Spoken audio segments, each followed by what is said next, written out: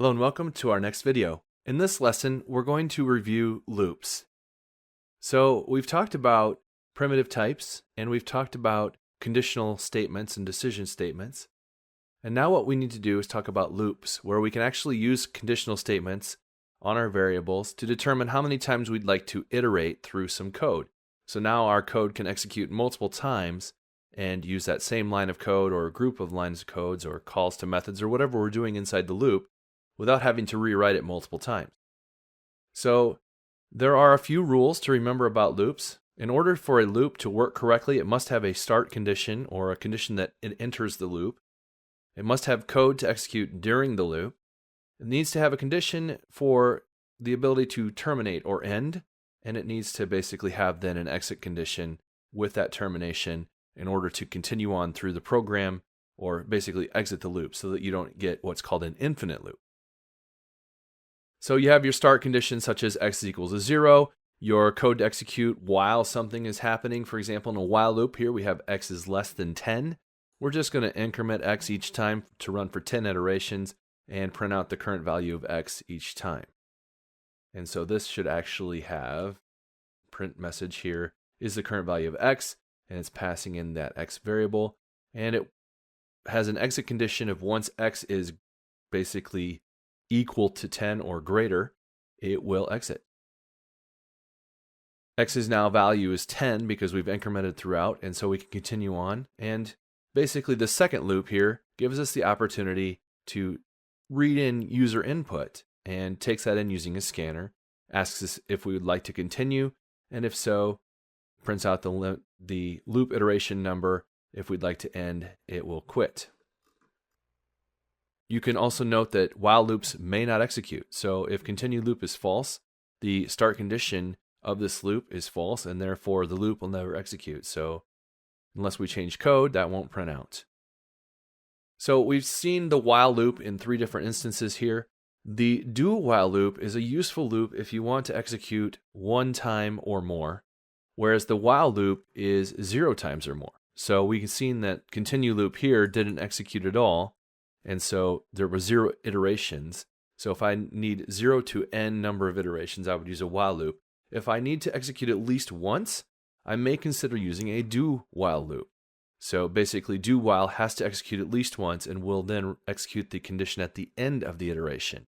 So you have pre-iteration check here, and if the if the check fails, it won't run. Whereas this will always run and then do a check. So you get at least 1 iteration.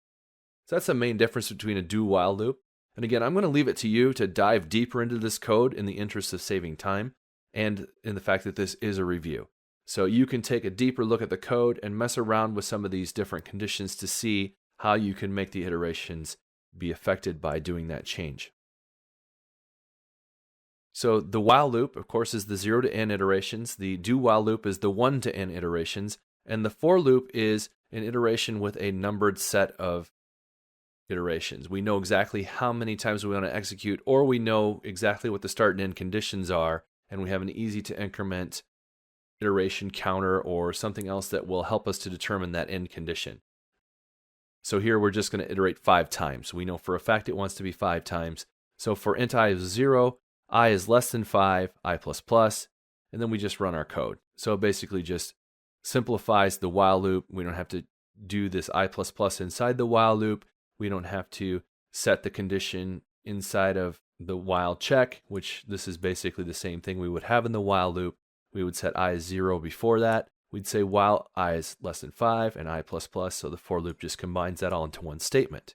So it's the same exact type of loop as a while loop, and it basically iterates from 0 to 4, so 5 times. Finally, the enhanced for loop, we'll cover arrays in a little bit, but basically the enhanced for loop allows us to write a loop and execute it without having to know exactly how many iterations there are when we're using some type that has an end.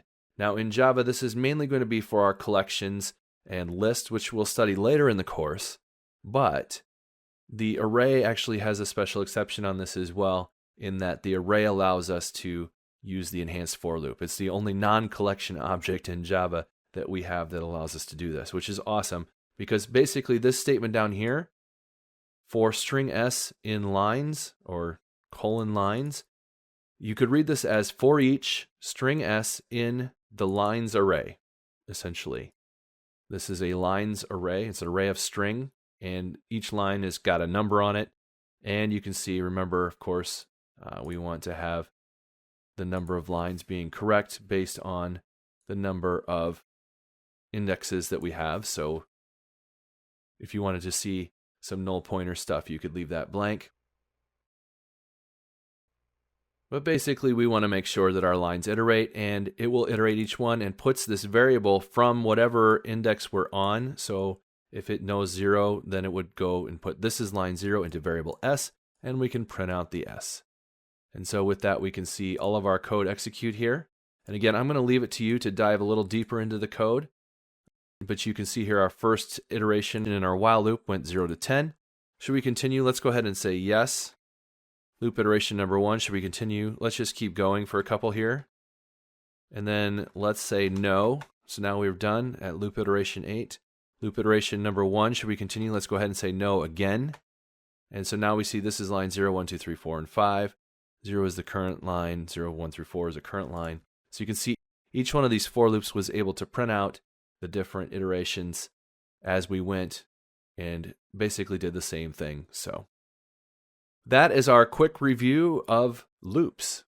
Thank you very much, and we'll see you next time.